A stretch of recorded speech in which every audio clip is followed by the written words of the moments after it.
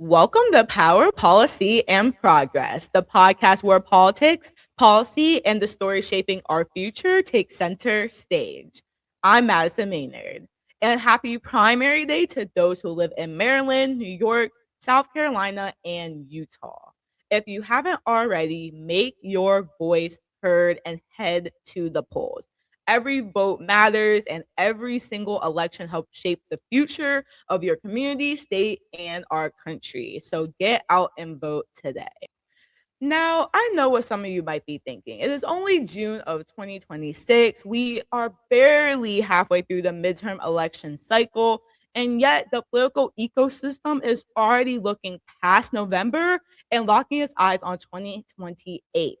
In fact, if you look at Wall Street and the major predictive forecasting platforms, the race to see who will occupy the White House next has already generated hundreds of millions of dollars in active trading volume. Pretty crazy. So on Polymarket, institutional and retail money is fluctuating daily on which party will hold the presidency overall.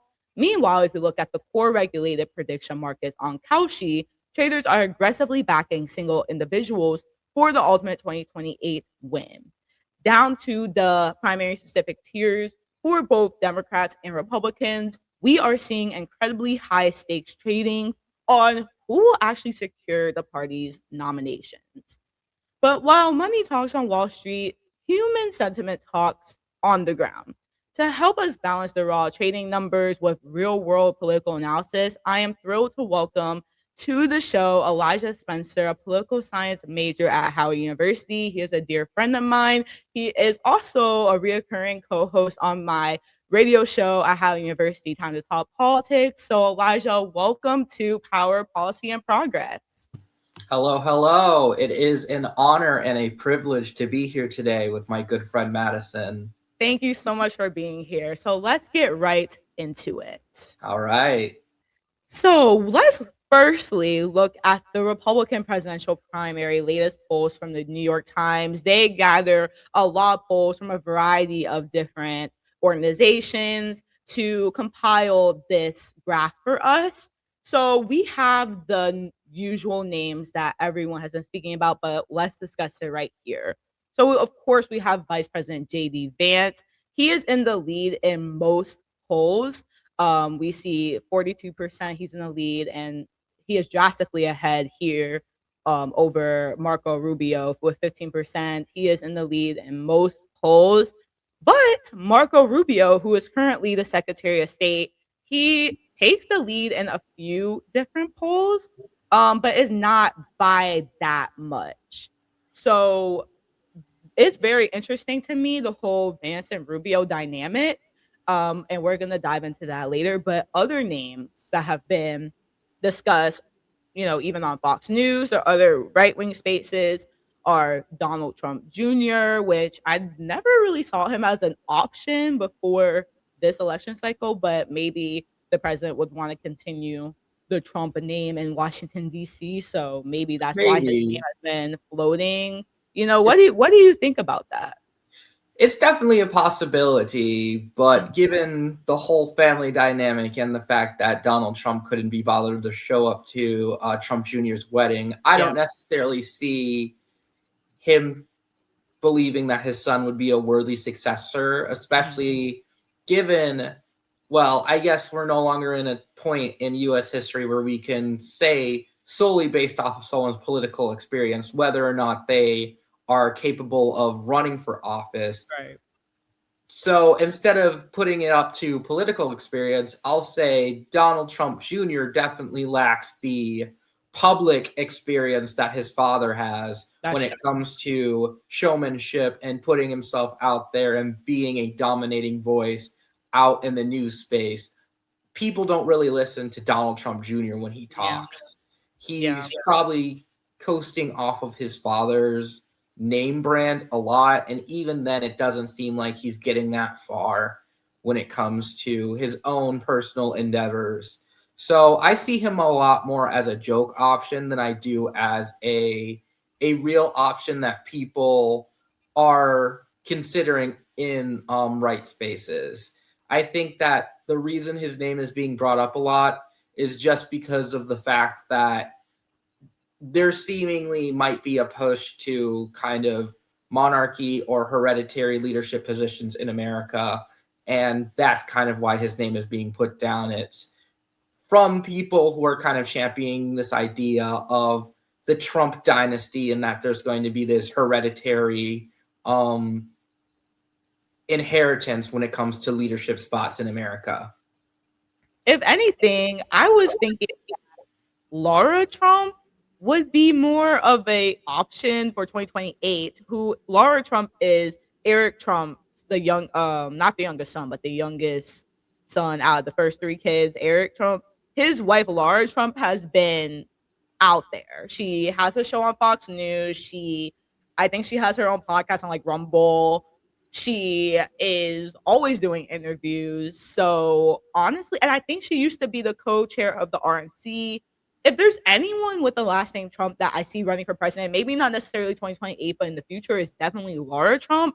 But I don't see her be mentioned in any of these polls.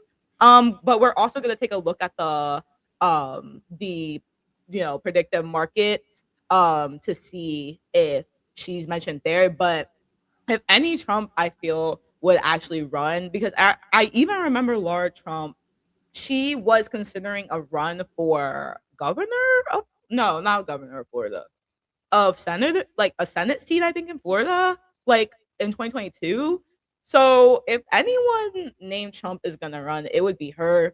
Um, and they like her a lot in the Trump family. But I actually everything you said about Don Jr. is so true. I mean, he's not really out there that much. I think he has a podcast, but every you know buddy up there in that sphere, like they love to have a podcast. So I don't think that means that he is going to run for president.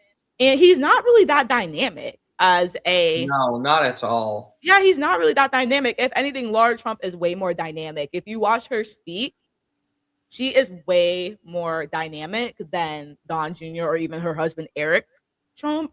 And I think that's why they put her out there so much more, because you see Laura Trump more than Eric Trump because she's just so dynamic as a speaker. I mean, she's just constantly spreading misinformation and lies. However, she is a very good public speaker.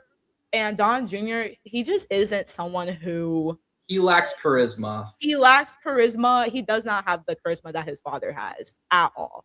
I could definitely see Laura Trump running, but it would have to be in the distant future. Yeah.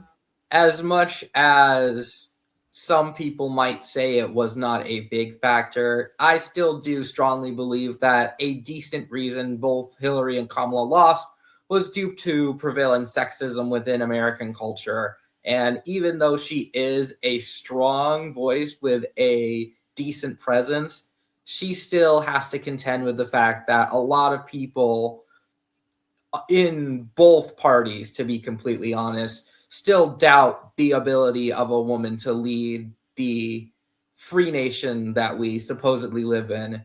And so I could definitely see her running for a state office. I could definitely see her running for Congress. Mm-hmm. If, in fact, I could even go so far to say that if someone who is a Trump ally wins the presidency, I could even see her being in their cabinet. But when it comes to holding the position of presidency herself, I think that it would be an uphill battle, even if she does have the strong support of a lot of Republican allies. I 100% agree with you.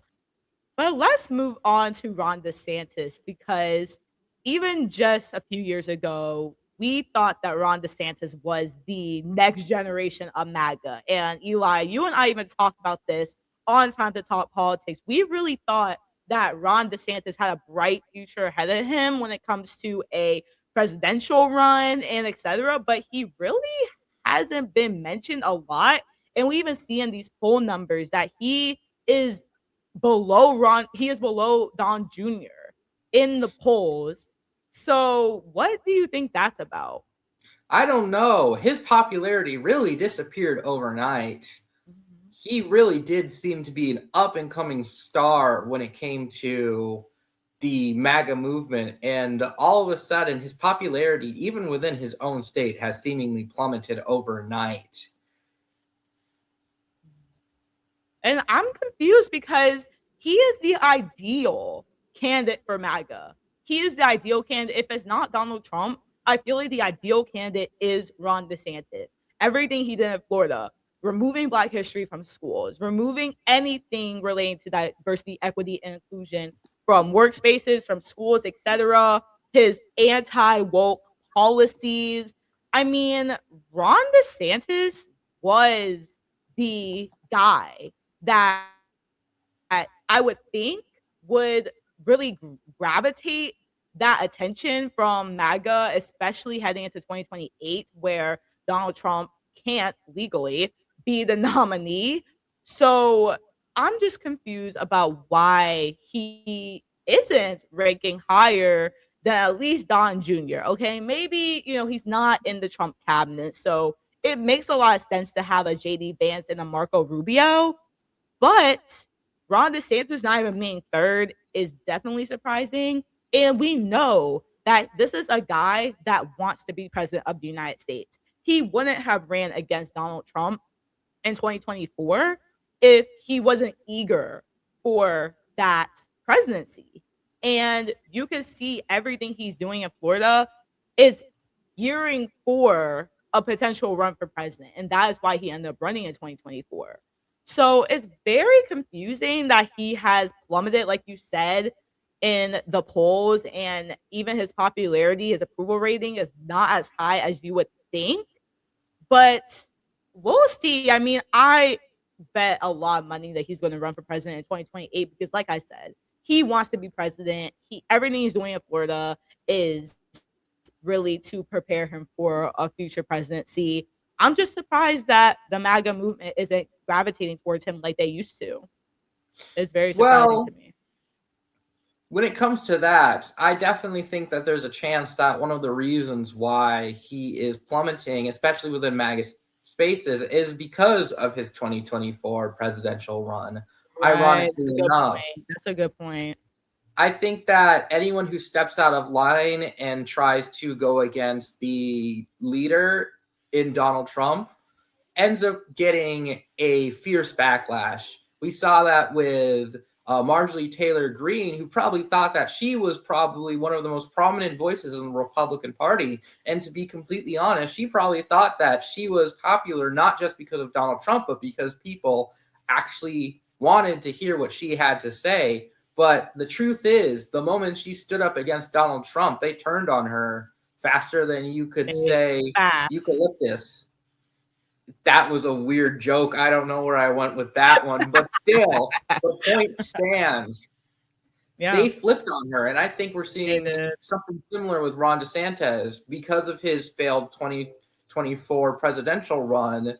Mhm. People in the MAGA movement lost confidence in him, and he's also doing much worse in his own state. He's Yeah. from about a 50% approval rating down to about a 46% approval rating. And even if that doesn't seem like a significant margin, it is a very big deal, especially in a state that you think would be so for all of the anti-woke policies that he's pushing. Even in their recent, some may say accomplishment, well, actually, most would say accomplishment, of making rape punishable by death in the state of Florida, you would think that he would have a much larger push, but it just seems like his support is fastly dwindling. It really is. And I'm glad you brought up the numbers because I mean, you would really think that in Florida that because people are supposedly flocking to Florida. The Republicans love to say people are leaving New York, people are leaving California, and they're going down to Florida, the free state of Florida. They love to say that. So you would think that Ron DeSantis is so popular in Florida because the Republicans are saying that all of these people are just flooding into Florida because of the free leaders, the free government, and all these things. But it really seems to be that Ron DeSantis is not on a national level, he doesn't have that momentum. And like you said, even in his own state, he doesn't, he's losing that momentum in his own state. So it's very, very interesting, the turn of events with Ron DeSantis. And I agree. If Ron DeSantis had never ran in 2024, I do think that he would be higher in the polls for 2028. And I do think that his popularity would still be as high as it was prior to his run in 2024 because people looked to Ron DeSantis as the future of the Republican Party. They looked to him for everything. He was in the news constantly for all of the insane policies that he was passing in the state of Florida. He was constantly discussed on the news. He was constantly doing press. He was constantly doing interviews. But now you never see him do any interviews. You never Nothing. see you never see him do any interviews at all. Like he's not someone who is even sought after to even write a story about him anymore. He's Like no becoming a one's writing nobody. about him, a nobody very quickly. And honestly, you raised such a good point about his run in 2024 and how that probably negatively impacted his popularity within the Republican Party. Because don't cross Trump. Don't Don't cross don't Trump. don't cross Trump. If you dare even think to cross Donald Trump, you are dead to us. You are the scum of the earth, and you are not a true MAGA Republican if you do so. So I think that his run in 2024 definitely negatively impacted him, but I know that he's going to run in 2028 because this dude wants to be the president. And I'm sure he has a lot of regrets about his run in 2024 now because everything really changed after his run. Everything changed. His approval ratings changed. His national popularity amongst the Republican Party changed. And, he just isn't someone that is as interesting anymore. I mean, he was very interesting in a negative way for Black and brown people, LGBTQ people. Like he was incredibly, just damaging to our rights in so many aspects. But he was considered a very interesting, candidate Yeah, if you rising really thought star. about it. Rising star. So it's very interesting, the change of events. And we'll see, obviously, if he does more press because on the Democratic side, which we'll talk about, a lot of people are shadow campaigning. And I don't even know if Ron DeSantis is shadow campaigning. I think that people are just assuming he's going to run, probably because of behind the scenes conversations, but also because of his run in 2024 and his clear desire to run for president again, just because he wants to be president of the United States. But I don't even think that he's shadow campaigning at all. So we'll see if he starts to do so sometime this year or sometime early next year. If he starts to do more press, if he starts to make more headwaves in Florida. So we'll keep an eye out on Ron DeSantis. But right now, looking at these numbers, he is at 6%, 7%, 9%, 6%, 7%, 5%. The highest that he has is 12%. So Yeah, he's not going that far. that's not good. That is not good at all. So we'll keep an eye out on Ron DeSantis. But Ted Cruz and Vivek Ramaswamy is very interesting to me. I mean, Vivek Ramaswamy, he's running for governor of Ohio, which if you listen to my teaser episode of this podcast, I am from Ohio. So he is running for governor of Ohio right now. So I don't really see Vivek Ramaswamy running in 2028. I mean, clearly there's a reason why he is in the polls because he did make an impression. He actually made a better impression in 2024 than Ron DeSantis. After Vivek Ramaswamy ran for president in 2024, he did a lot more press. He was a lot more vocal. There were a lot of stories written about him in the press. So the opposite kind of happened with Vivek Ramaswamy, where people knew his name, but he became more popular in the MAGA sphere after he ran for president in 2024.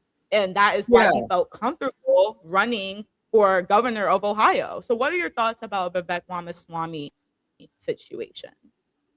Well, when it comes to Vivek Ramaswamy, he definitely was someone who was experiencing a rise, especially within the MAGA movement. However, that rise quickly took a sharp decline when he stepped away from being part of Trump's cabinet due to conflicts.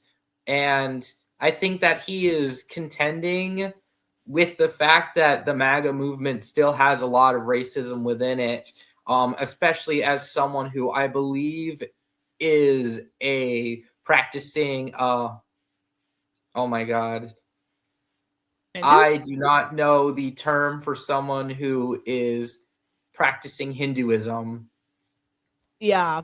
But yeah, he's but practicing Hinduism. Yes, for sure.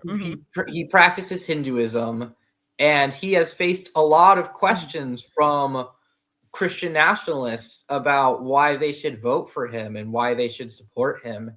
And so he is experiencing firsthand the very real reality that a lot of people in this country don't like the fact that people like him are trying to run for office, because people like him are considered individuals who are contributing to the decline of this country.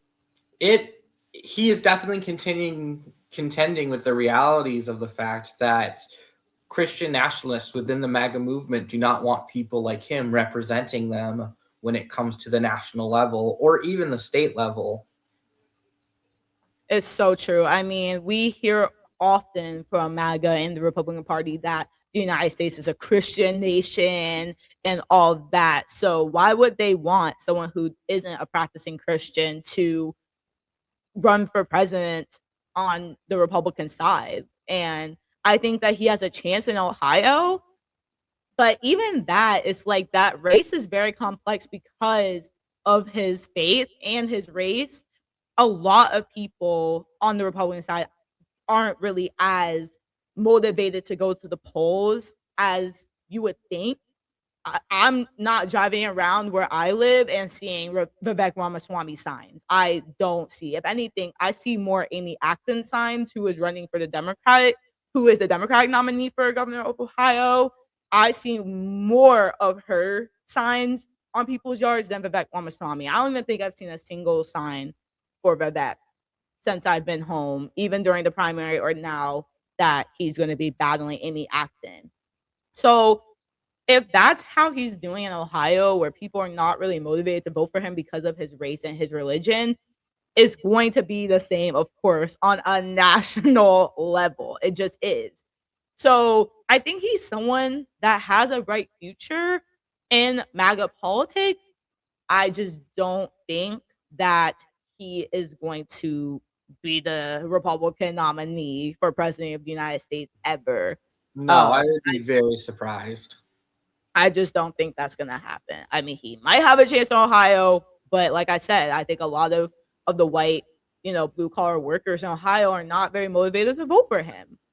So obviously on this show I'm gonna talk about that race, of course, but I just don't I just don't see if the white blue collar workers in Ohio are not motivated to vote for Vivek Ramaswamy, the white blue collar workers in other states across the nation are not going to be motivated to vote for Vivek Ramaswamy.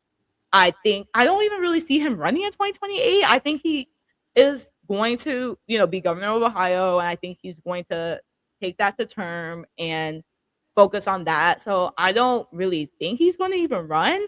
No, For I don't think so sure, either.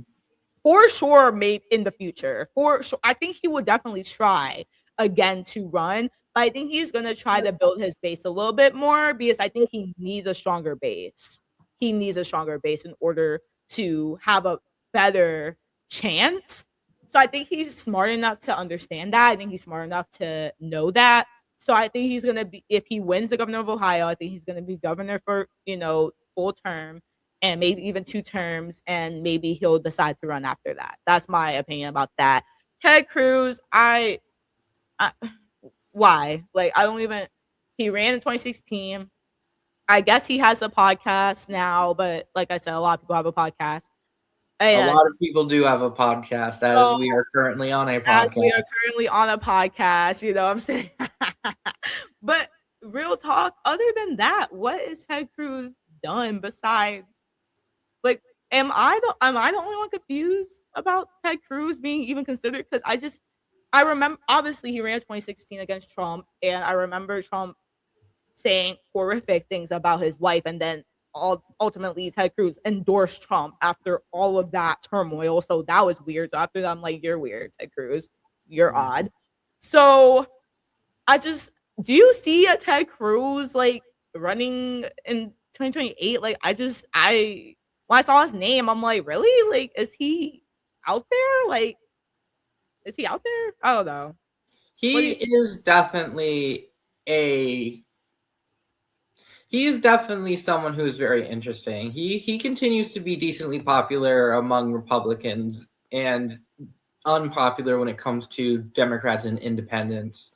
And I don't necessarily think that that popularity among Republicans would translate to national support when it comes to running for president, especially with everything that's going on in Texas and the kind of redistricting battle that's going on down there. I don't think he necessarily has the time to dedicate to a national run for office. I would be very surprised to see him running for president again, but also would be very surprised to see if he gets I'd be very surprised if he gets very far. Yeah, I just don't see it. Like, I just don't see it. I mean, maybe, you know, that's always been his dream as well, to be president. So he's willing to do it one last time, maybe. Because if he runs in 2028, it has to be his last time. It just does. You know what I'm saying? So maybe he just feels one last time. Let me try. But at this point, he's too much of a Trump ally, I feel, to even go up against like a JD Vance That's or the a thing. Marco Rubio. Yeah. The nominee, in my opinion, is going to fall to whoever Trump endorses. For sure. And that is where the discussion between Marco Rubio and JD Vance becomes much more interesting. And I don't know if Ted Cruz would be the guy to get Donald Trump's endorsement. I think he's a staunch ally of Donald Trump, but I don't think that those brownie points necessarily are something that he can cash in to get Donald Trump's nominee for presidential office. I 100% agree. I just don't see it happening for Ted Cruz. I don't see him getting Trump's endorsement. But I mean, hey, if he wants to try it one last time, I guess you can do that. But I just really would be surprised if he actually did it. But for all of these candidates, one thing remains true, is that they did or do support the president. So out of all of these people, there isn't anyone that completely went against Trump when it comes to like supporting his policies or things like that. I think Ron DeSantis might be the most rebellious because he was a Trump ally who Trump really liked, and then he ultimately ran against him in 2024. So I think he's the only one maybe you could look at as a rebel. But all of these people, they are Trump allies. But now we have to focus on the most interesting part of this whole thing, which is the JD Vance Marco Rubio feud that we're seeing. So honestly, we know that either Trump is going to endorse Vance or he's going to support a Vance Rubio ticket. That's my stance, right? He floated an idea, President Trump, he floated the idea of a Vance Rubio ticket for 2028, saying, I don't know how you beat them if they're together. But it seems like they are competing for that top spot. I think that Trump is going to endorse Vance and convince Marco Rubio to want to be JD Vance's running mate. Also, there were conversations before that either it was going to be Rubio ran or Vance ran, that they weren't going to run against each other because it would just be too much of a divide. So what are your thoughts on the Vance Rubio situation? Do you think they're going to be a single ticket? Do you think that Vance and Rubio are both going to run? Do you think that it's just going to be Vance, just going to be Rubio? What are your thoughts on that? Well, just Well, I wouldn't say despite, because you can see from the polling that you have here that Rubio definitely is stronger in a lot of places. I definitely believe that Marco Rubio is substantially more popular than JD Vance in many areas, whether it be his years of experience or his strong alumni support network back at his aluminata FIU. He has the entrails to really push a strong campaign forward. And JD Vance is currently the most unpopular vice president in U.S. history. And that is not hyperbole, that is the truth. And oh my god. I just have to chuckle. I'm sorry. I just have to chuckle when I hear that. no, it's fine. I mean, he is very underwater. And due to Vance's own making, it is now possible to criticize the vice president for what they didn't do while they were in the office of vice president, as he did when he went after Kamala Harris. A Democratic candidate can rightfully say, JD Vance, what did you do while you were in office? You went to this Iran America peace summit and had all of the Iranian diplomats walk out on you. What are you doing? I was just about to say, so he is so closely tied to this Iran deal and the Iran war in general. And he did a whole press tour because he wrote a book, which I even said on the podcast. Why do you have freaking time to write a whole book? Because you're not doing anything. You're not doing anything. So he had time to write a whole book about whatever he was writing about. Communion, I think is what the book was called. You had all the time in the world to write a book, but he is so closely tied to the Iran deal, and he did that whole press tour for his book / defending the deal, that he morning to night, that was last Tuesday, a week ago, he was on The View, he was on Fox News, he was on like every show ever on mainstream news. Vance was on it in one day, or he was on Megyn Kelly as well. I don't think that's not mainstream, but very popular, right? So he was just like the face of the deal, the face of a deal that is incredibly controversial. It has so many flaws, and he is the face of defending this deal. That is going to be a problem, but I know that if it's a 2028 situation and Vance is going to run for president, that Donald Trump is going to endorse Vance. Let me explain why.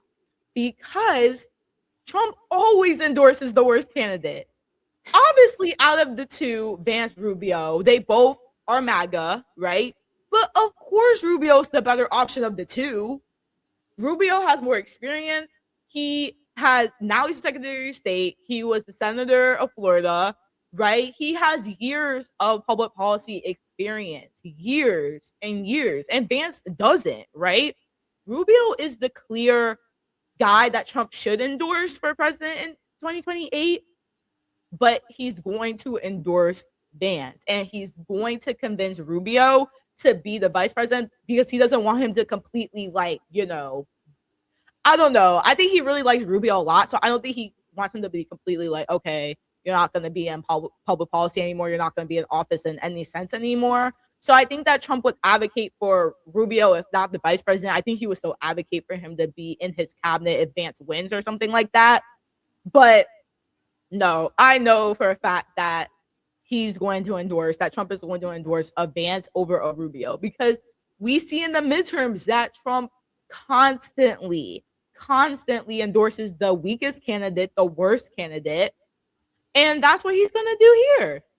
Do you agree or do you disagree? What are your thoughts about that? Because I just feel like at the end I definitely can see a strong argument for JD Vance being endorsed.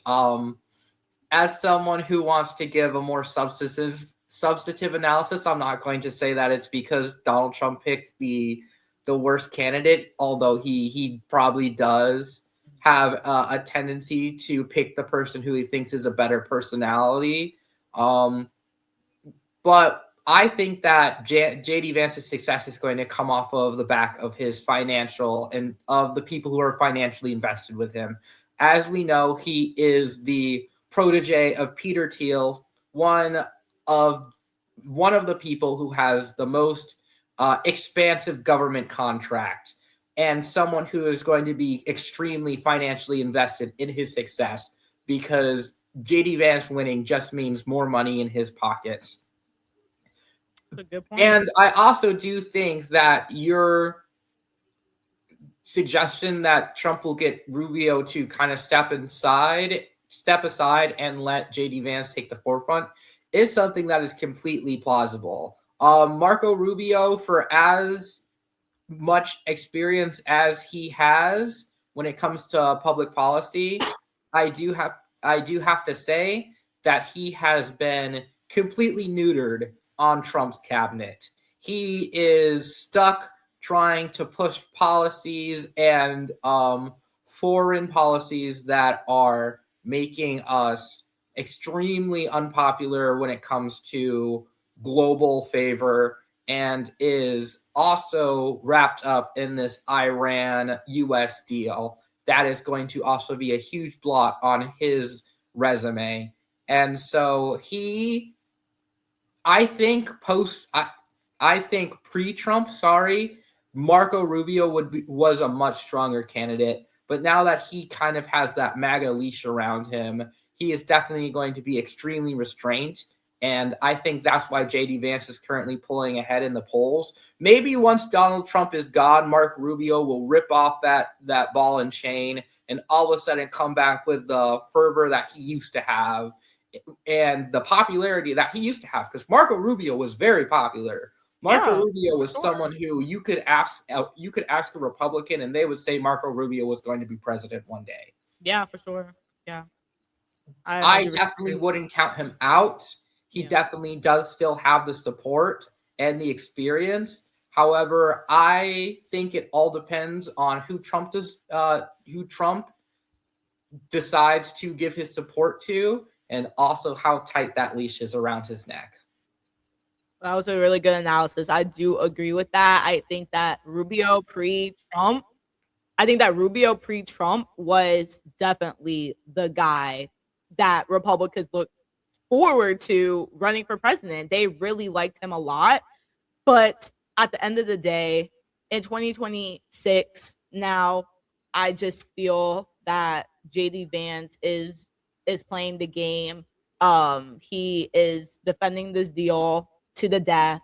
He is, not doing anything that President Trump will be disappointed in. And I think that if Vance does start to do things where it's like Trump wouldn't like that as much, I think that maybe he would like a Rubio option. But at the end of the day, JD Vance is doing exactly what Trump wants him to do.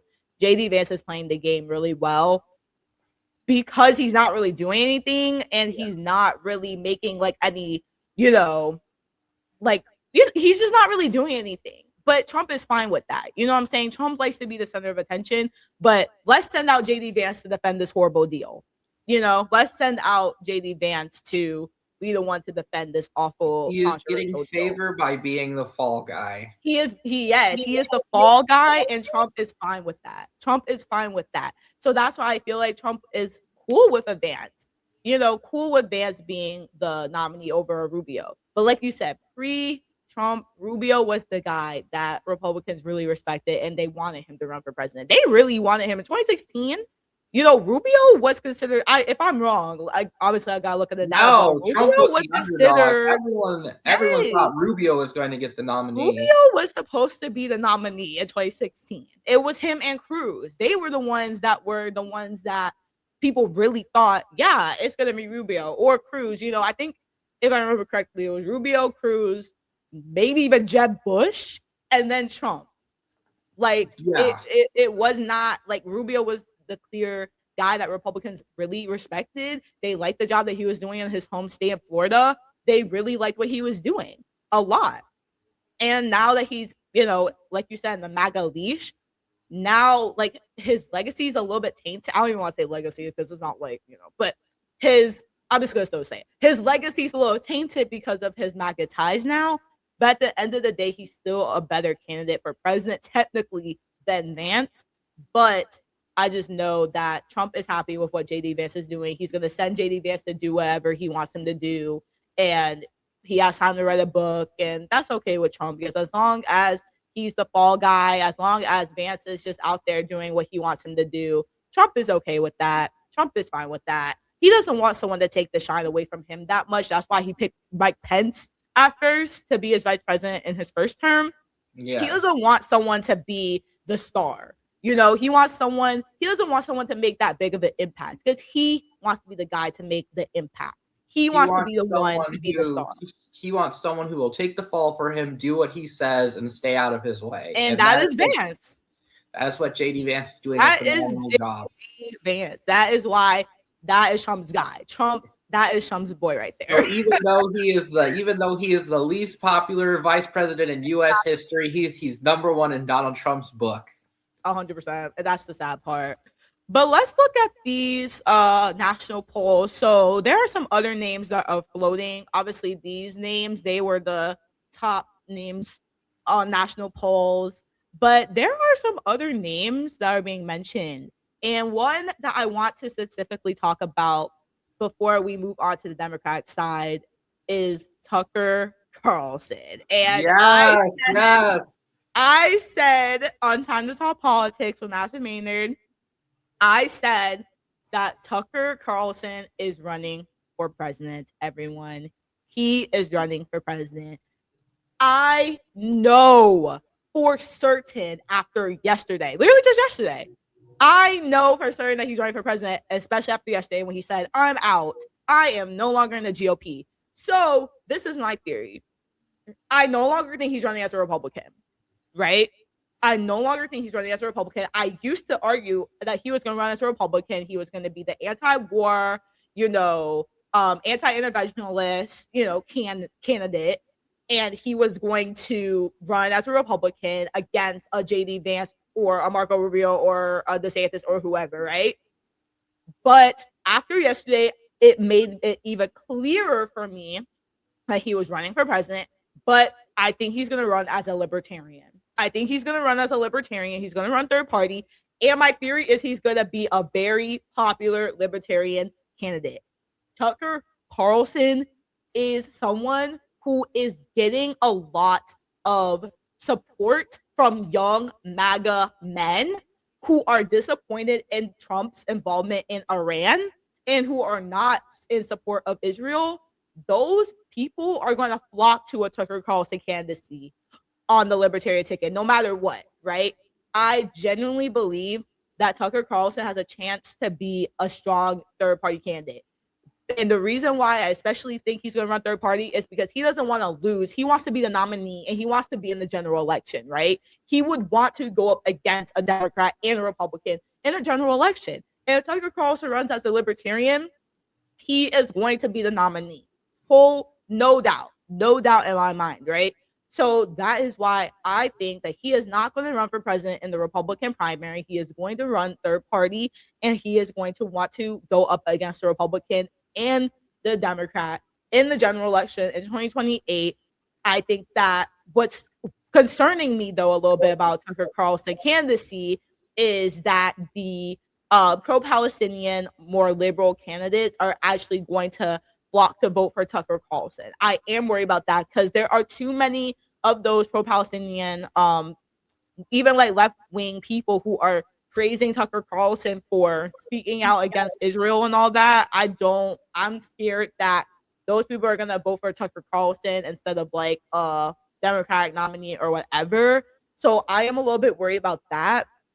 But that's my theory. What are your thoughts about a Tucker Carlson situation? I think that history tends to move in cycles and that it tends to rhyme. Mm-hmm. I definitely think that you are decently accurate in your assumptions and that there is a strong possibility that Tucker Carlson is going to be the RFK of 2028. He is going to be that independent candidate who gets a decent amount of popularity from both sides, because Mhm. people believe him when he says that he is not corrupt and that he is anti intervention and that Israel is bad and that the US needs to focus on itself and be a free Mhm. nation and all that stuff.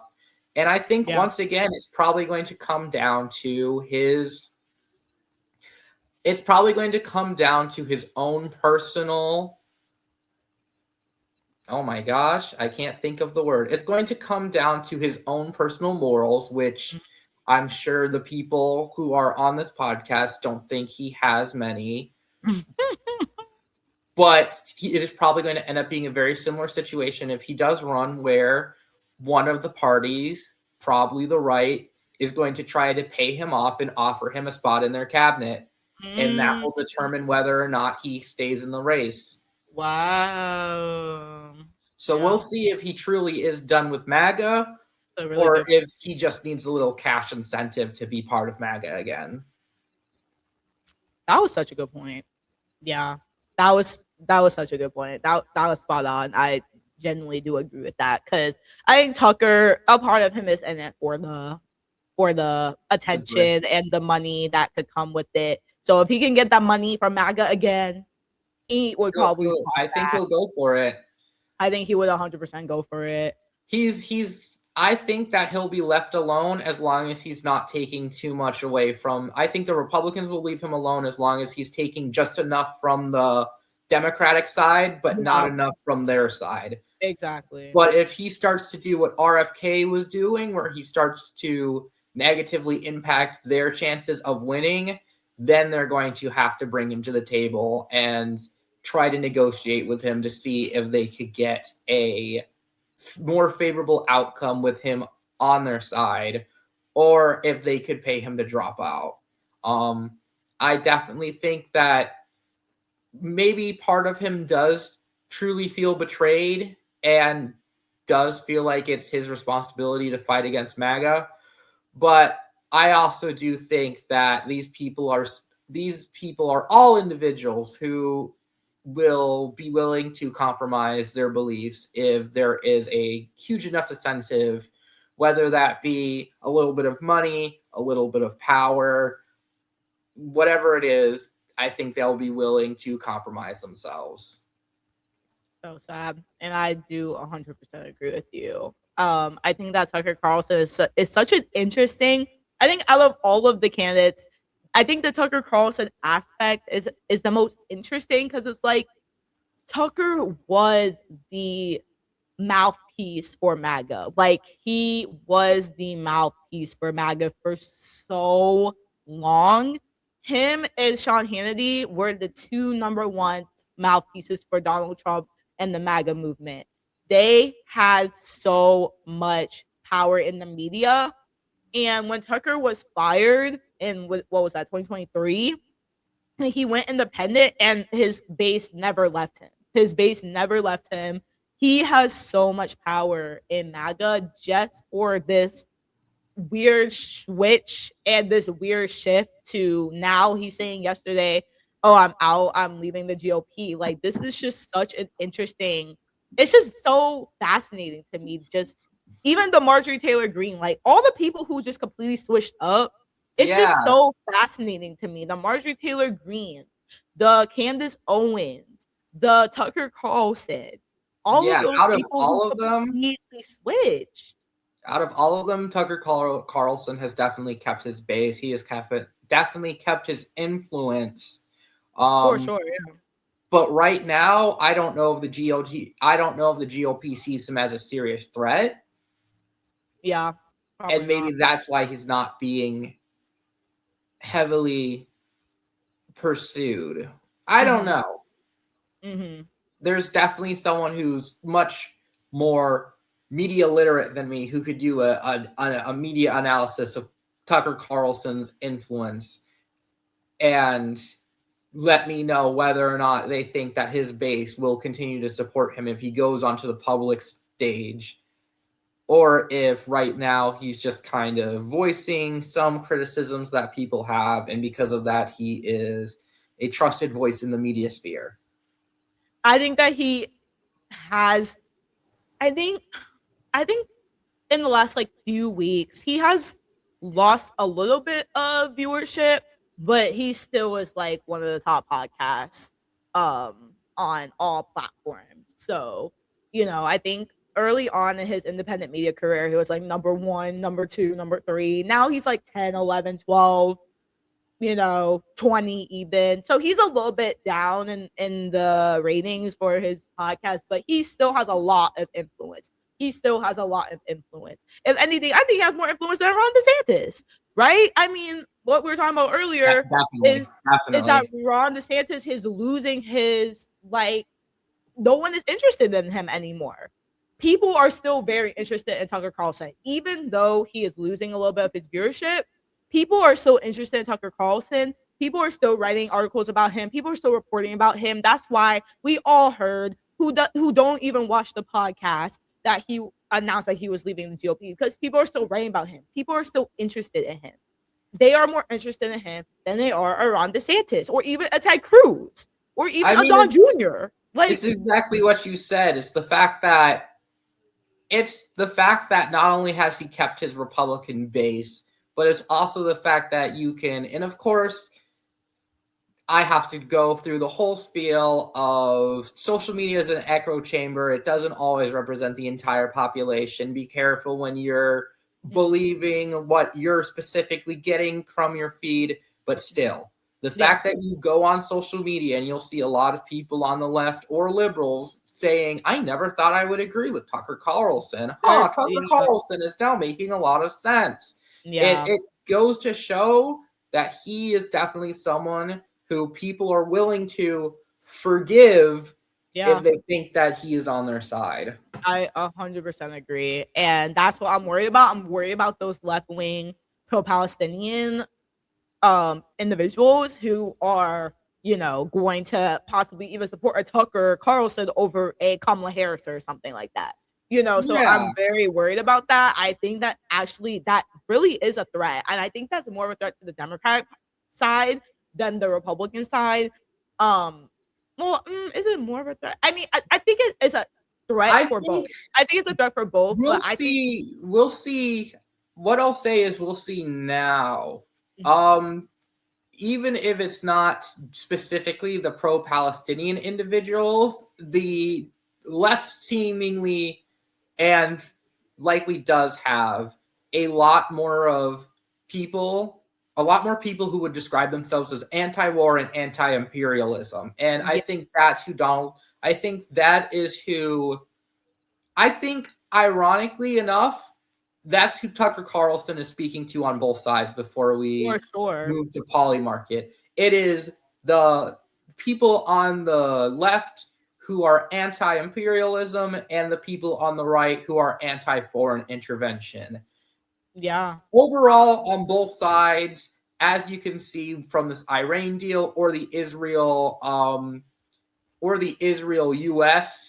conflict, which there is a common factor in both of those conflicts that if you're smart enough to figure out, go ahead and figure it out. I'm not going to say it out loud. But U.S. intervention abroad is extremely unpopular, has historically always been extremely unpopular, except for times when the U.S. feels like it's being directly attacked. If the U.S. is not being directly attacked like it was during World War II and during the 9/11 catastrophe, Americans are not going to support military operations abroad. I 100% agree. And Tucker Carlson speaks to that. Like, he is the one that speaks to that on both sides. That's why there are a lot of MAGA, like younger MAGA, or maybe I should say now former MAGA. There's a lot of former MAGA young white men and even just young people in general that are not happy with this war, and they would vote for Tucker Carlson over a Vance, or who is so attached to the deal, to the war and all that. There are people on the Democratic side who are not satisfied with Israeli support on the Democratic side, who would rather vote for Tucker Carlson. It is very, very interesting to me. And the reason why I brought this up, because I remember when I was prepping for the show, seeing that Tucker Carlson was was pretty high. I Yeah. mean, so he's close on here and Kaushi. He is close to Ron DeSantis, and I think it's only going to go up from here. And you see JD Vance is way ahead. JD Vance is still leading, yes. He is and Marco leading. Rubio is a close second. And then everyone else is like way below. But we have a Don Jr., Ron DeSantis, Tucker Carlson. Donald Trump is crazy because he can't run legally. But Thomas Massey is definitely interesting. I'm surprised that people are betting on him. Ivanka Trump, interesting. Don't really know why. Her and her husband had big dreams taking land from Albanians, but okay. And then Marjorie Taylor Greene, interesting. We have that one is likely. Marjorie Taylor Greene is definitely likely not happening, given the fact that she left Congress. Happening. If anyone watching this decided that they wanted to bet on Marjorie Taylor Greene, I would recommend you not do that. Not do that. Unless she might pull what we're saying Tucker Carlson may do, and she might run. She might run for no, a Tucker Carlson Marjorie Taylor Greene ticket. They would totally become the first. They would totally become the first third party ticket to win the presidency if they weren't ran together. Honestly, I see a Marjorie Taylor Greene Tucker situation. She endorsed. Didn't she endorse Tucker Carlson? I have. Didn't she endorse him? Hold on. Marjorie Taylor Greene endorsed. I feel like she endorsed him. Like, I think she said, and Tucker should be the guy. I really feel like she said that. So I feel that, yes. So they are in the press. Happen? They are in the press together talking about how they're both ditching the Republican Party. This is as of today. They're both together talking about how they're ditching the Republican Party. And I'm gonna look up again Tucker Carlson because I feel like she endorsed. Okay, so they're in it together. They're in it together. It seems like. In it together because they both are like joining together. They're like, we are leaving the Republican Party, and I feel like if Tucker runs as a libertarian, why wouldn't he have Marjorie Taylor Greene as his running mate? Like, why would shoot? Like, I mean, that's the ideal guy. We already live in a Simpsons episode, so it's not like I could say crazier things have happened. Like, hello? I definitely don't at all. Like, I mean, there's no way that this is like, oh, this is never gonna happen. Like, it's 100% a possibility. But why can I not pull up oh, here it is. But I have to. I don't want to spread misinformation if she didn't endorse. So I'm looking right now, but I feel like she. Yes. All right, Marjorie, you heard it here, folks. Not misinformation. I'm telling you. So I see it. I see a Tucker Carlson, Marjorie Taylor Greene ticket in the Libertarian Party. Will it be surprised in the slightest at all? But why do we have Candace Owens, Jeff Bezos, Laura Trump honestly should be higher. Those who are betting on Marjorie Taylor Greene or Ivanka Trump or who else? Sorry, Thomas Massey. Your better bet is low-key Laura Trump. But it's interesting because Ted Cruz is below. I know, Tucker. That's what I was going to say. Right, Ted Cruz is below Tucker. We have Tulsi Gabbard. So yes, so she is someone that is going to run for president. I don't think in 2028, but I think she's going to run in like 2032 or something. I really do. Tulsi Gabbard. I feel like she's someone that has aspirations, and that's why she went MAGA, because the Democrat Party wasn't for her dreams and aspirations. So all of a sudden now she's MAGA and completely changed her. What she was a Democratic socialist and now she's a MAGA Republican. So clearly what she does is for power. What she does is for power, because now all of a sudden you're MAGA and now all of a sudden you're a part of this camp. It's very confusing. So my stance is that she is in it for the power. I wouldn't be surprised if she ran in like 2032 or something like that. Nikki Haley is interesting. I don't know if she'll make a comeback. I don't think she'll make a comeback either. And Sarah Huckabee Sanders, don't see that for her. She's not that. Even as press secretary, she was like, eh. Byron Donalds is a future freaking person to run 100%. Not in 2028, but down the line. He's only like let me not lie. He's young too. He's young, so he has time. But like you said about that Ramaswamy, like they're just not gonna get past the black guy, Indian guy. He's facing the realities. The reality is that they do not want to acknowledge of the Republican Party. Yeah. So I think he's gonna run, but I don't see it for 2028, but I do see it for a future election. Pete Hegseth, please no. Hello? Like, are we okay, guys? RFK Jr. So no one is voting for. Very few people are voting for Ramaswamy on poly market. It seems like he's going down. He is definitely going down in the poly market for Vivek Ramaswamy, and it looks like Erica Kirk is in there, but and she's going up a little bit. Very Erica Kirk, guys. Why y'all? I mean, she's out there, but so I see where people are getting. But as we go down, Erica Kirk, Elon Musk, John Toon, Matt Gaetz.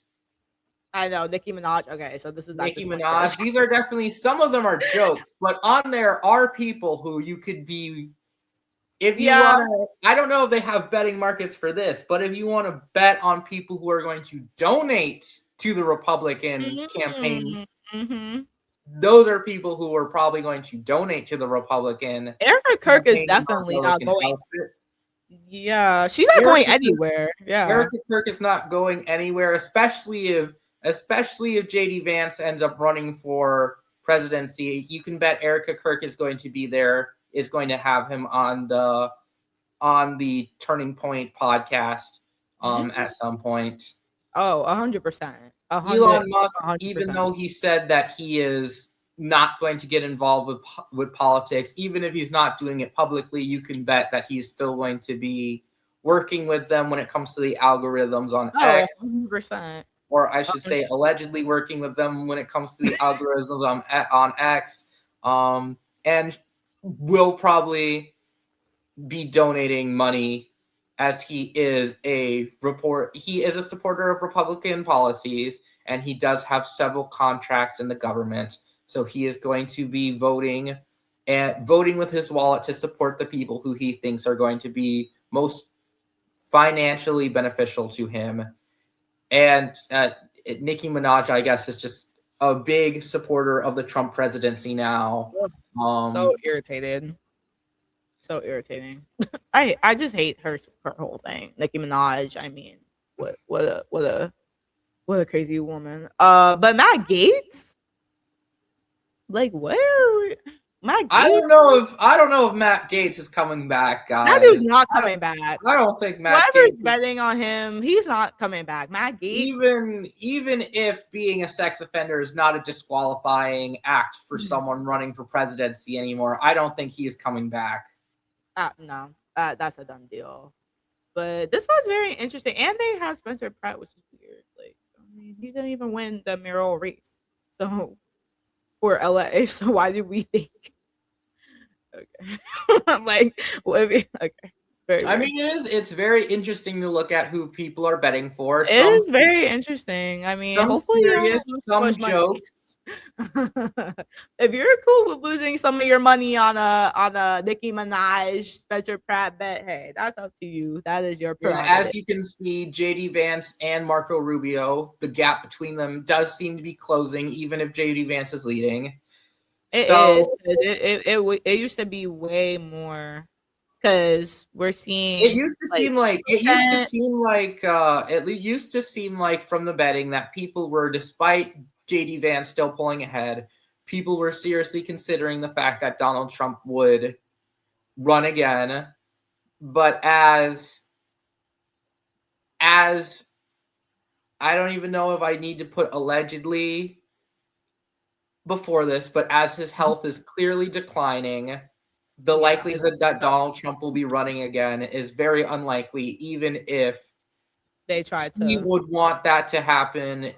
If his fiercest supporters want that to happen, I don't think Donald Trump is capable of running. If we can say this about Joe Biden, we can say this about Donald Trump. Even 100%. though he is 100%. even though Donald Trump is legally barred from running again. Legally cannot. It is illegal if he runs for president of the United States for a third term. But I mean, with the Supreme Court, even if they wanted to pull some BS like he runs for vice president or something like that, I don't think he is capable of doing that given his age and his apparent health conditions. It's true. I don't think that's a allegedly issue. We see it. Like we saw with Biden, we see it with Trump as well. So it's not, I don't even think that's an allegedly thing. I think that we see that his health is declining. I think that if he was a little bit younger, I think he would try to do the vice president thing, but I think that he's just gonna try to have the Vance Rubio thing and still have his MAGA dream, but him not be in it completely. That's my theory. But this was a no, go ahead. Oh, I was just going to, I don't know why I'm being so quippy during this podcast compared to the radio show, but I was going to say they'll keep him in a little crypt under the White House. I'm crying, bro. I mean, shoot. Trump is never going away. I mean, even if it's a Vance Rubio, he's going to be very involved. I mean, if he during the campaign and if they win, Trump is still going to be very involved. For everyone like me and Madison who live in DC, even part-time, we're going to have to start looking at that monument that's going to be across from Washington DC.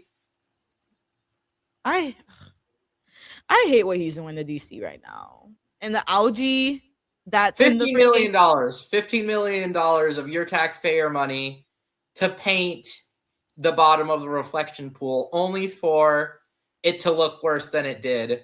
Looks horrible. Like everything he's doing to DC proves that he's not going anywhere. I don't think he's gonna run for president or be vice president or anything like that. But that proves that he's not going anywhere. He's still gonna be involved in DC. He's still gonna be involved in politics. He wants his stamp on DC and for Vance and Rubio to continue the legacy. That is what he wants. He wants I am doing all of these permanent things. I'm doing this ballroom. I'm doing this. I'm going to spend millions and millions of your taxpayer dollars so that when Vance and Rubio are the ticket and they win the presidency and vice presidency, they can just swoop right in and enjoy the ballroom and enjoy everything that I'm doing to Washington, D.C. That's really what it is. So vote wisely, people. Vote wisely. Vote wisely. But this was a very eventful conversation about the Republican side, and we are gonna really keep an eye out on this and see if anything changes. And looking at like Kaushi, it's just very interesting to see what people think. So, but we're gonna do the same on the Democrat side. So stay tuned. So thank you so much. That's all I have for you today. Thank you so much for tuning in to Power, Policy, and Progress, Madison Maynard. I really hope you enjoyed today's discussion. Be sure to continue to tune into my podcast. We always are talking about political news, analysis, and conversations about the issues shaping our country. In the meantime, make sure you follow me on Instagram at Power, Policy, and Progress Podcast. Follow me on TikTok at Power, Policy, Podcast Pod for online content. If you're watching on YouTube, don't forget to like this video, subscribe to the channel, and turn on notifications so you never miss an episode. If you're listening on Spotify or Apple Podcasts, please follow, subscribe, and rate the podcast 5 stars to show your support. And of course, join in on the conversation, leave a comment. Let me know your thoughts on everything we discussed today. We had a lot of opinions on these potential candidates, so I would love to hear your thoughts in the comments. So please, please, please comment below. Thank you so much for listening. I'm Madison Maynard, and you're listening to Power, Policy, and Progress. I'll see you next time.